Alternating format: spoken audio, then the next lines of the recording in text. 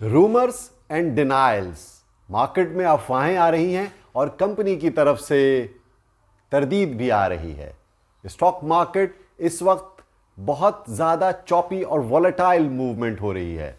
सियासी दर्जे हरारत जूं जूं बढ़ रहा है, तू तू मार्केट के अंदर मंदी हो रही है। अभी मार्केट हबको के नेगेटिव असरात से निकल नहीं पाई थी कि रिफाइनरीज के नताइज ने मार्केट में मजीद झटका दे दिया। स्टॉक मार्केट के और कंपनीज के फजाइल तो सब बयान करते हैं, लेकिन ज़रा मार्केट के मसाइल क्या हैं और नुकसानात क्या हैं, इसका भी जायज़ा लेते हैं। तो पाकिस्तान के माशी हालात और स्टॉक मार्केट का अपडेट जानने के लिए मेरी वीडियो आखिर तक ज़रूर देखिएगा and don't forget to subscribe my channel.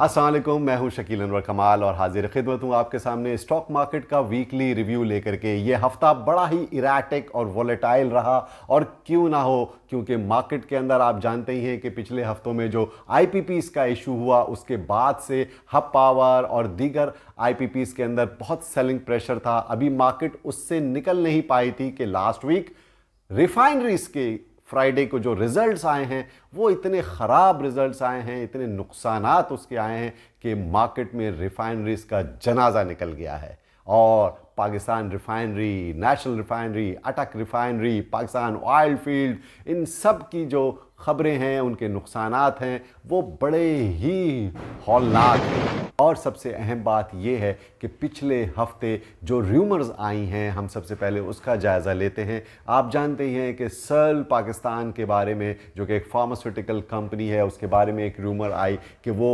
उसको एबट एक्वायर कर रहा है या सर्ल एबट को एक्वायर कर रहा है। This news has pumped the price of Searle Pakistan, और उसकी वजह से उसकी शेयर्स की कीमतों में इजाफा हुआ, 65-66 रुपए तक चला गया। और फिर उस कंपनी ने डिनायल दिया कि नहीं जी, ये जो स्प्रेड हो रही हैं रूमर्स व्हाट्सएप के ऊपर, ये सब फेक हैं और हमारा कोई ऐसा मुआहदा होने नहीं जा रहा, और ना ही हम किसी मर्जर्स और एक्विजिशन की सिचुएशन में जा रहे हैं। उसके बाद मार्केट के अंदर बतदरीज मंदी आना शुरू हो गई और उसकी कीमत 60 रुपए के नीचे आ गई। इसी तरह दूसरी रूमर आई पाकिस्तान रिफाइनरी के बारे में, जिसको लोग रूमर्स कह रहे हैं, लेकिन बड़े ही मौकर जरीदों के अंदर ये खबर छपी कि पाकिस्तान रिफाइनरी में $1 अरब की कोई चाइनीज़ इन्वेस्टमेंट आ रही है, जो कि उसकी प्रोजेक्ट को इन्हांस करने के लिए और उसकी कैपेसिटी को इन्हांस करने के लिए, ओवरहॉलिंग के लिए, और उसमें इन्वेस्टमेंट की जा रही है। तो इस हवाले से पीआरएल ने भी एक डिनायल दिया और उसने कहा कि ऐसी मई 2024 के अंदर से हमारी बातचीत चल रही है चाइनीज़ इन्वेस्टर्स के साथ, या इस हवाले से बहुत सारे इंटरेस्ट हमारे पास आए हैं, लेकिन किसी भी इन्वेस्टमेंट का अभी हतमी फ़ैसला नहीं हुआ है। और ये जो ख़बरें गश्त कर रही हैं कि $1 अरब की चाइनीज़ इन्वेस्टमेंट आ गई है, ये कतई गलत है। तो मार्केट के अंदर अफवाहें बहुत ज़्यादा हैं। इस हवाले से पिछले दिनों ये भी अफवाहें चल रही हैं कि interest rate 4% state bank cut कर देगा। भाई, इंटरेस्ट रेट कट होगा, मगर इसका मतलब ये नहीं है कि इतना ड्रास्टिक कट करे इंटरेस्ट रेट। मगर मार्केट के अंदर अफवाहें इतनी ज़्यादा फैलती हैं, अच्छी खबरें कभी कभी इतनी ऐसी आ जाती हैं जो कि प्री मैच्योर भी होती हैं, और साथ साथ वो खबरों के ऊपर लोग, इन्वेस्टर अट्रैक्ट करते हैं और एक ट्रैप में आ जाते हैं, और फिर मार्केट उसकी गिर जाती है। तो इसकी वजह से ह्यूज लॉसेस छोटे सरमायाकारों को होता है। और पिछले हफ्ते यही हुआ।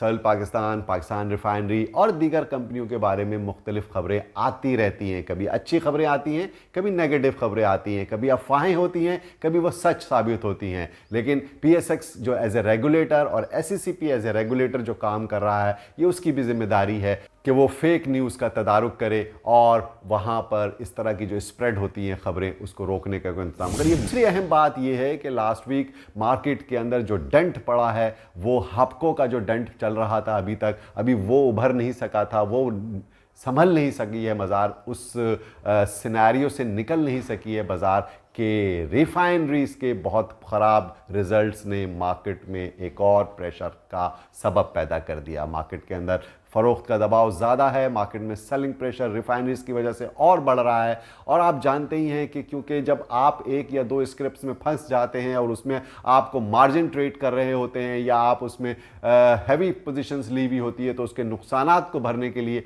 आप अपनी इक्विटी को सेल करने के लिए आते हैं और दीगर शेयर्स भी बेचने आते हैं, तो ओवरऑल मार्केट में इंपैक्ट नेगेटिव पड़ता है इसकी वजह से। तो सबसे पहले मैं आपको बताऊं कि नेशनल रिफाइनरी ने 90 रुपए लॉस पर शेयर किया।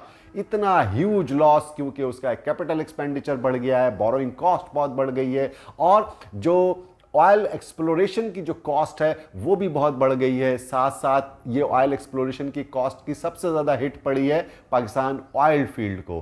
पीआरएल का नुकसान, नफ़े से नुकसान में कंपनी आ गई। इतने ज़्यादा लॉसेस कंपनी ने बेयर किए हैं पिछले सालों के मुकाबले में। अटक रिफाइनरी 72% लॉस आया है पिछले इसी क्वार्टर के अंदर। जो प्रॉफिट था वो लॉस में कन्वर्ट हो गया।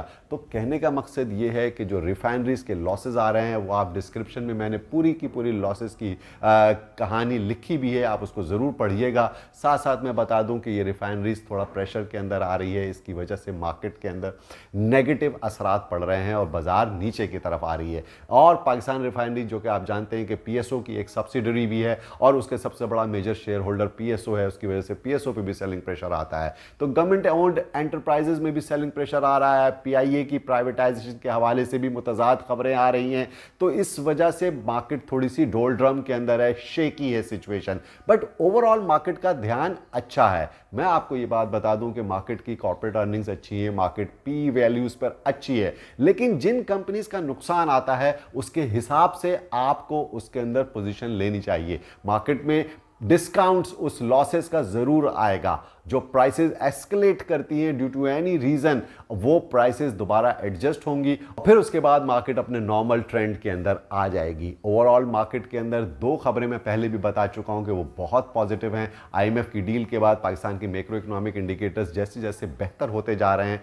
उसके बाद जो सबसे अहम बात है वो है इंटरेस्ट रेट का कम होना। इंटरेस्ट रेट 17.5% पर आ चुका है और मजीद 2.5 से 3% कमी की बातें हो रही हैं, जो कि 4 नवंबर को मॉनेटरी पॉलिसी कमेटी की मीटिंग है स्टेट बैंक की। उसके बाद मार्केट एक नया रुख इख्तियार करेगी तेजी की तरफ। इससे पहले प्राइस एडजस्टमेंट्स होंगी, कंपनीज के क्वार्टर के अनाउंसमेंट्स आ रहे हैं जुलाई टू सितंबर, उसमें कंपनीज के लॉसेस भी आ रहे हैं और कुछ कंपनीज के बहुत अच्छे प्रॉफिट्स भी आ रहे हैं। कुछ कंपनीज अपनी डाइवर्सिफिकेशंस में जा रही हैं, कुछ कंपनीज नए बिजनेस एवेन्यूज तलाश कर रही हैं, जिसकी वजह से मार्केट नई डायरेक्शंस बना सकती है। तो शेयर प्राइसेस के हवाले से आपको कंपनीज को एनालाइज करना जरूरी है और इसीलिए मैंने अपना स्टॉक मार्केट इन्वेस्टिंग कोर्स जो इंट्रोड्यूस कराया है उसका मकसद यही है कि आप फंडामेंटल एनालिसिस और टेक्निकल एनालिसिस पर कमाल महारत हासिल कर सकें।